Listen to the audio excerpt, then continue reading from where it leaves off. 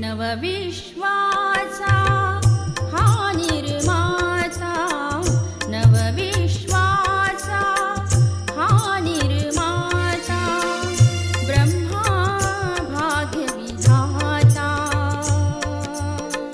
प्रभुवस्थानो ऐका त्यांची अद्भुत जीवन गाथा, अद्भुत जीवन गाथा. नवविश्वाचा हा निर्माता.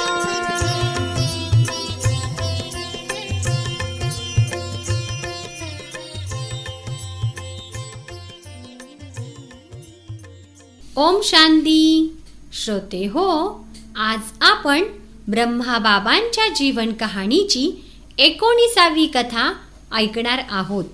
कथेचे शीर्षक आहे प्रश्न लोकांच्या मनात, श्रद्धासुमने वत्सांच्या मनात. ब्रह्माबाबा तर अव्यक्त झाले, व्यक्त देहाचा त्यांनी त्याग केला, परंतु जसे सांसारिक लोकांच्या मनात त्यांच्या व्यक्त जीवन काळात का, काय, कसे इत्यादींनी प्रारंभ होणारे प्रश्न कायम असत, तसेच अव्यक्त झाल्यावरही असेच काही प्रश्न त्यांच्या सवयीनुसार उत्पन्न होऊ लागले. काहींना विचार पडला की ब्रह्माबाबांच्या देहातील प्रविष्ट शिवबाबा तर त्रिकालज्ञानी आहेत, तेव्हा त्यांनी पूर्वीच का नाही सांगितले की अमुक दिवशी अमुक वेळी ब्रह्माबाबा आपले देह कलेवर सोडून अव्यक्त लोकी प्रस्थान करतील. अशा लोकांना हे नाही समजत की जर त्रिकालज्ञानी शिवबाबांनी पूर्वीच सांगितले असते तर शिवबाबांनी सांगितले खरे, पण सर्व समर्थ असूनही त्यांनी ब्रह्माबाबांना का वाचविले नाही, असा प्रश्न उभा राहिला असता. जर त्यांनी वाचविले असते तर त्याच लोकांनी विचारले असते की शिवबाबांनी ब्रह्माबाबांना तर वाचविले, ते इतरांना का नाही वाचवत, ते पक्षपात का करतात. जर त्यांनी वाचविले नसते तर ते लोक म्हणाले असते की हे तर सर्वसमर्थाचे काम नाही. त्यांचा हा संशय मग कायम राहिला असता की जर सर्वसमर्थ शिवबाबा ब्रह्माबाबांच्या शरीरात येत असते तर त्यांनी आपल्या शरीररूपी रथाला जरूर वाचविले असते.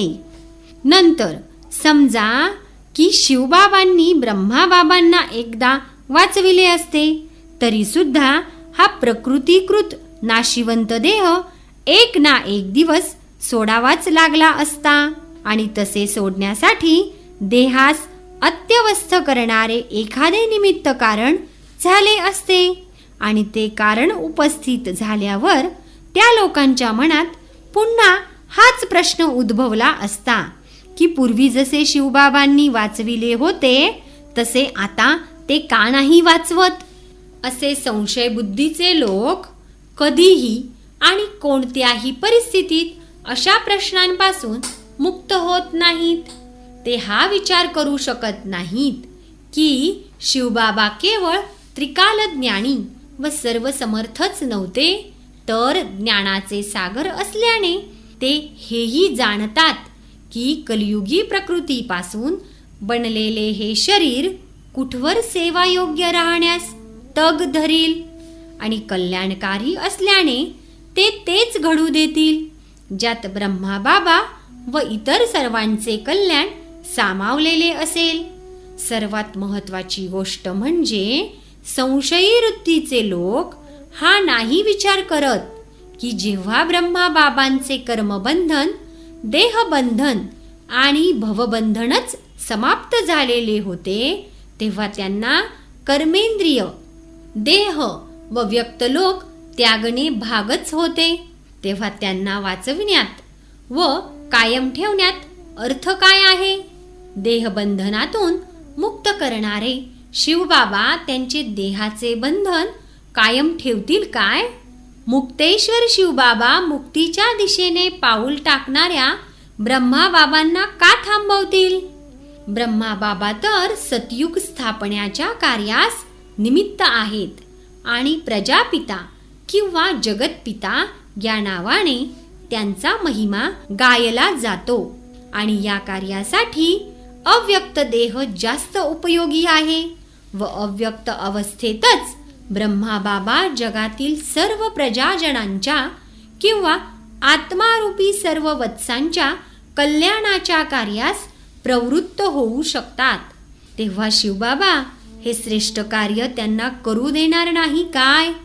तपस्येद्वारे अव्यक्त अवस्था गाठेपर्यंत किंवा पूर्ण त्याग व लोकसेवेद्वारे तसेच कर्मभोगाद्वारे सर्व ऋणांपासून मुक्त होईपर्यंत आणि महादानी व वरदानी बनत विश्वकल्याणी या पदास पोहोचेपर्यंत ब्रह्माबाबांचा व्यक्तदेह तग धरून होता. आता जेव्हा ते या योग्यतेस जाऊन पोहोचले होते तेव्हा त्यांना आध्यात्मिकतेच्या पुढच्या पायरीवर पाऊल टाकणे भागच होते. ही नियती ठरलेलीच होती. अशी यात सर्व रहस्ये सामावलेली होती. विचार करण्याजोगी गोष्ट आहे की ब्रह्माबाबा अमुक दिवशी देहत्याग करणार आहेत असे जर शिवबाबांनी आधीच सांगितले असते तर कदाचित अधिकांश ब्रह्मावत्सांचे लक्ष ब्रह्माबाबांच्या शरीराकडे लागले असते आणि बीजरूप अवस्थेत स्थिर होण्याऐवजी ते देहस्मृती रूप वृत्तीचे बनले असते. पण शिवबाबा तर आत्मस्वरूपात स्थित करण्यास आणि बिंदू रूपाने युक्त होण्याचा अभ्यास करविण्यास येतात. तर मग ते ब्रह्माबाबा आपल्या देहाचा निरोप घेणार आहेत असे का बरे सांगतील? दुसरे म्हणजे आता ब्रह्माबाबांचे शरीर तर सुटणारच आहे असा विचार करून कदाचित काही वत्सांनी संपूर्ण तत्परतेने ब्रह्माबाबांच्या शारीरिक स्वास्थ्याकडे लक्ष दिले नसते आणि अशा रीतीने ते उच्च मर्यादा आणि थोरांविषयी आदर व प्रेम दाखविण्याच्या रीतीचा भंग केल्याबद्दल दोषी ठरले असते. शिवबाबा असे का बरे करावयास लावतील? काही लोकांना असाही विचार येईल की शिवबाबांनी सर्वांना नव्हे निदान कोण्या एका वत्साला तरी सांगावयाचे होते. जर त्यांनी एकाला सांगितले असते व त्याने ते इतरांना सांगितले नसते तर नंतर सर्वांनी त्याला ठपका देत म्हटले असते की अशी गोष्ट लपवून ठेवायची असते का? कोणाला सांगू नकोस हे बाबांचे सांगणे ठीक असेल, पण निदान तू तरी विचार करावयाचा होतास. जर तू आम्हास सांगितले असतेस तर आम्ही आणखी थोडेच काही केले असते. आम्ही निदान त्यांना चांगल्या तऱ्हेने भेटलो तर असतो किंवा असेही झाले असते की काहींनी त्याने नंतर सांगितल्यावर त्याच्यावर विश्वास ठेवला असता आणि कदाचित काहींनी ठेवलाही नसता आणि इतर काहींनी म्हटले असते की बाबांनी आम्हास का बरे नाही सांगितले. बरे, जर बाबांनी आधीच सांगितले असते तर कित्येक लोक आपले काही प्रश्न घेऊन ब्रह्माबाबांपाशी येऊन बसले असते आणि त्यांनी असे करणे थोडेच बरे दिसले असते. जर त्यांना मना केले असते तर त्यांना ते कदाचित आवडलेही नसते. मग यज्ञाचे पूर्वीचे वातावरण व सारी दिनचर्याच बदलली असती. जर बाबांनी आधी सांगितले असते तर काही लोक म्हणाले असते की असे तर कित्येक ऋषीमुनी, साधू संत व सिद्ध पुरुषही सांगत असतात, म्हणजे त्यात काही विशेष आहे असे त्यांना वाटले नसते. आणि जर बाबांनी सांगितलेच असते तर ते किती आधी सांगितले असते. ज्यांच्या मनात प्रश्नच उद्भवतात त्यांनी तर या प्रश्नांबरोबर आणखी अनेक प्रश्नांची सरबत्ती सुरू केली असती. काही लोकांच्या मनात कदाचित हाही प्रश्न असेल की जर बाबांनी आधीच हे सांगितले असते व ते खरे झाले असते तर पुढे सर्व लोकांना शिवबाबा ब्रह्माच्या देहात येऊन शिकवितात याची खात्री पटली असती. पण हेही होऊ शकते की असे तर कित्येक महान लोकही आधीच सांगतात असा विचार त्यांना आला असता. इतर काही लोकांना वाटले असते की अशा प्रकाराने आपल्याबद्दल विश्वास उत्पन्न करण्याचा प्रयत्न परमात्मा का करीत आहे. हा तर सवंग विधी आहे. आणि खरे पाहिले तर परमात्मा स्वतःबद्दल हा विश्वास निर्माण करण्यासाठी असा तुच्छ विधी कधी वापरतच नाहीत. तसे पाहिले तर शिवबाबांनी असे कित्येक इशारे दिले आणि ब्रह्माबाबांच्या जीवनात अशी कित्येक अलौकिक चिन्हे प्रकट झाली की जी पाहून बुद्धियोगाच्या बळाद्वारे समजणारे आधीच समजू शकले असते की आता बाबा अव्यक्त स्थिती कोणत्याही क्षणी प्राप्त करतील. जो कोणी बाबांच्या जवळ जाऊन बसे त्याला बाबा व्यक्तातही अव्यक्त भासत. स्थूल लोकात असूनही नसल्यासारखे वाटत. ते आता केंद्रांच्या अधिक समाचारांच्या देण्या घेण्याच्या विस्तारात न जाता त्यांचा सारच तेवढा ऐकत आणि सार रूपानेच बोलत. ते लाड प्रेम आताही देत, पण त्याची रीतीनीती मात्र अव्यक्त झाली होती. त्यांच्याकडून दृष्टी घेताच आता वत्स असा अनुभव करू लागत की जणू ते स्वतः सुद्धा अव्यक्त स्थितीत स्थिरावले आहेत. आता बाबांनी ईश्वरी स्मृतीत राहण्याचा कालावधीही वाढविला होता आणि आपल्या अवस्थेचा चार्ट ठेवण्यासाठीही बाबा फार समजावीत. पूर्वी एक काळ असा होता जेव्हा बाबा म्हणत की जर मनात एखादा कुविचार येत असेल तर त्याची जास्त चिंता करू नका, कारण तो निरोप घेण्यास जरूर येईल. पण कर्मेंद्रियांद्वारे कोणतेही कुकर्म करू नका, त्याने कर्म विकर्म बनते. पण आता बाबा म्हणत, मुलांनो, मनात कसलाही व्यर्थ संकल्प येता कामा नये, कारण त्यामुळे कमाई घटते, वेळ व्यर्थ जातो, अवस्था परिपक्व बनू शकत नाही. विशेष गोष्ट म्हणजे आता ब्रह्माबाबांनी प्रत्येकाला वेगवेगळ्या कार्याचे प्रशिक्षण देऊन ठेवले होते आणि आपले कार्य समेटत चालले होते. थोडक्यात असे सांगता येईल की त्यांच्या जीवनात आता अशी अनेकानेक चिन्हे झळकू लागली होती की ज्यावरून ते अव्यक्त टप्प्याच्या अगदी जवळ आहेत असे वाटे.